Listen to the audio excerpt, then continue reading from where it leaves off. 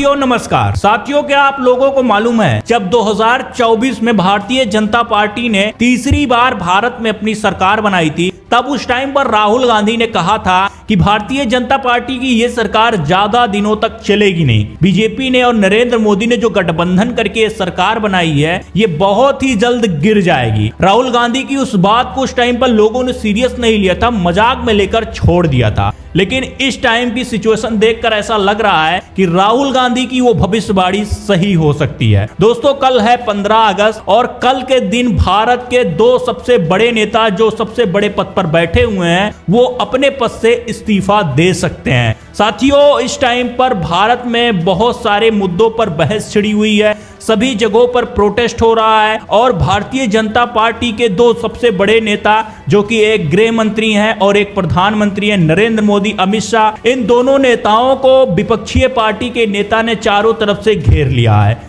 चारों तरफ से घेर लिया है और इन दोनों को समझ में भी नहीं आ रहा है कि अब इस चीज से पीछा कैसे छुड़ाया जाए। इसके दो सबसे बड़े रीजन हैं। सबसे बड़े रीजन इसके दो इसलिए हैं क्योंकि जब से इस देश में सीजेपी प्रोटेस्ट हुआ था, तब से इस देश का माहौल पूरी तरीके से चेंज हो गया था, क्योंकि छात्रों ने सड़कों पर उतरा और उसके बाद सरकार के खिलाफ उन्होंने प्रोटेस्ट किया और अपने लिए न्याय मांगा। उसमें सरकार को झुकना पड़ा, धर्मेंद्र प्रधान को इस्तीफा दिलाना पड़ा। उस चीज को देखते हुए देश की जितनी भी जनता है, उन्हें समझ में आ गया था कि अगर इस देश में न्याय चाहिए तो वो न्याय आसानी से नहीं मिलने वाला, उससे पहले आपको सड़कों पर उतरना ही पड़ेगा। अब इस टाइम पर इस देश का माहौल इतना ज्यादा खराब हो चुका है, जगह जगह पर प्रोटेस्ट हो रहा है, लोग अपने न्याय के लिए प्रोटेस्ट करना स्टार्ट कर चुके हैं। और ये सारी चीजें केवल एक चीज से हो रही है, जब से सीजेपी प्रोटेस्ट हुआ। सीजेपी प्रोटेस्ट करने का आदेश भारतीय जनता पार्टी ने ही दिया था। उस टाइम पर कई सारे मुद्दे इस देश में चल रहे थे। उन सभी मुद्दों को दबाने के लिए नरेंद्र मोदी ने एक दिमाग लगाया। उन्होंने सोचा कि सीजेपी प्रोटेस्ट करवा देते हैं, सोशल मीडिया की पार्टी है, ज्यादा दिनों तक चलेगी नहीं, 15-20 दिनों तक प्रोटेस्ट करके उसके बाद बुरिया बिस्तर बांध के अपने आप ही हट जाएंगे। लेकिन साथियों, वही एक प्रोटेस्ट ने भारतीय जनता पार्टी का सारा खेल ही पलट दिया।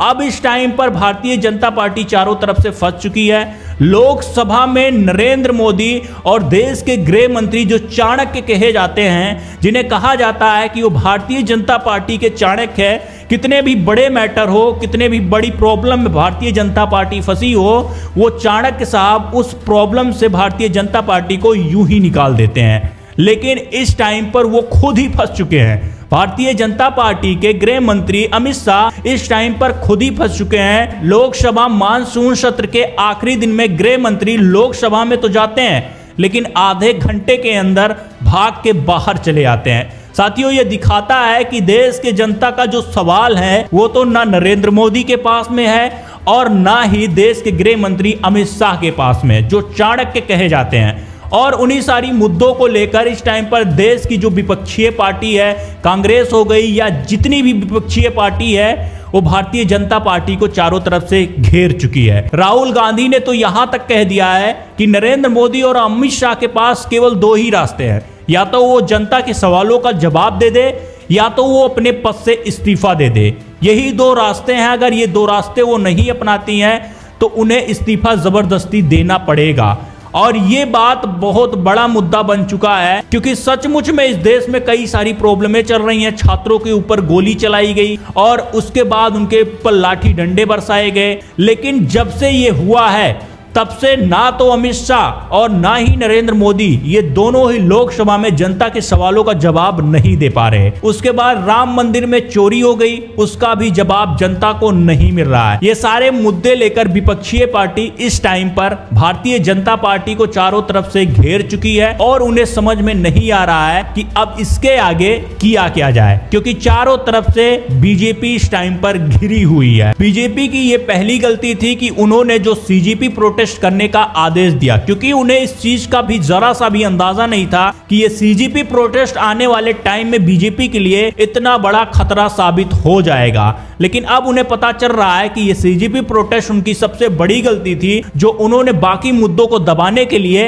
ये मुद्दा उठाया था। साथियों, ये भारतीय जनता पार्टी की पहली गलती थी। लेकिन अगर हम दूसरे गलती की बात करें तो भारतीय जनता पार्टी ने दूसरी सबसे बड़ी गलती कर दी थी अपनी राजनीति चमकाने के चक्कर में हिंदुओं को आपस में लड़ाकर, क्योंकि आप सबको मालूम था जब 2024 में भारतीय जनता पार्टी ने अपनी सरकार बनाई थी, तब उस टाइम पे भारतीय जनता पार्टी ने केवल 240 सीटें जीती थी। उस चीज को देखकर उन्हें ऐसा लगा कि अब हमने जो प्लान पहले से बनाया था हिंदू मुस्लिम को आपस में लड़ाने का, वो प्लान हमारा धीरे धीरे फीका पड़ता जा रहा है। तो इन्होंने क्या किया, इन्होंने हिंदू को आपस में लड़ा दिया। किस तरीके से लड़ाया?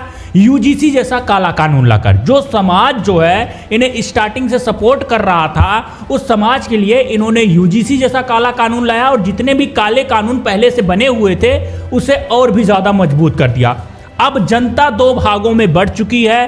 पहले से जो इन्हें सपोर्ट नहीं कर रहे थे वो इस टाइम पर भी इन्हें सपोर्ट नहीं कर रहे हैं, और जो इन्हें सपोर्ट कर रहे थे वो इस टाइम पर इनसे नफरत करने लगे हैं। ये भारतीय जनता पार्टी की प्लानिंग थी कि हिंदू को आपस में लड़ाओ और उसके बाद जो वोटर हमसे नाराज हैं वो हमारी तरफ चले आए। लेकिन इनकी प्लानिंग जो है वो इनके ऊपर ही भारी पड़ चुकी है। अब इस टाइम पर भारतीय जनता पार्टी चारों तरफ से घिर चुकी है। राहुल गांधी ने साफ कह दिया है कि जितने भी जनता के सवाल हैं, दो सवाल हैं, दो अहम सवाल हैं। छात्रों के ऊपर गोली किसने चलवाई, जो सीजीपी प्रोटेस्ट हुआ था उसमें गोली किसने चलवाई, उसका जवाब जो है अमित शाह दें। और उसके बाद राम मंदिर में जो चोरी हुई है उसका जवाब भी नरेंद्र मोदी और अमित शाह दें। अगर जवाब नहीं दे पाते हैं तो वो सीधा सीधा इस्तीफा दे दे, उससे पहले हम इन्हें सोने नहीं देंगे।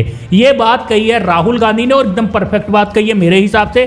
जवाब तो देना पड़ेगा क्योंकि आप देश की इतनी बड़ी कुर्सी पर बैठे हैं, तो जनता के हर सवालों का जवाब देना एक फर्ज बनता है। साथियों, इन सभी मुद्दों पर आपका क्या कुछ कहना है, आप सब भी अपने हिसाब से कमेंट बॉक्स में बता सकते हैं। बाकी वीडियो अच्छी लगी हो तो उसे प्लीज लाइक शेयर कमेंट करना बिल्कुल भी मत भूलना, और सब्सक्राइब करना तो बिल्कुल भी मत भूलना। बाकी मिलते हैं किसी नए वीडियो किसी नए टॉपिक के साथ, तब तक के लिए जय हिंद साथियों।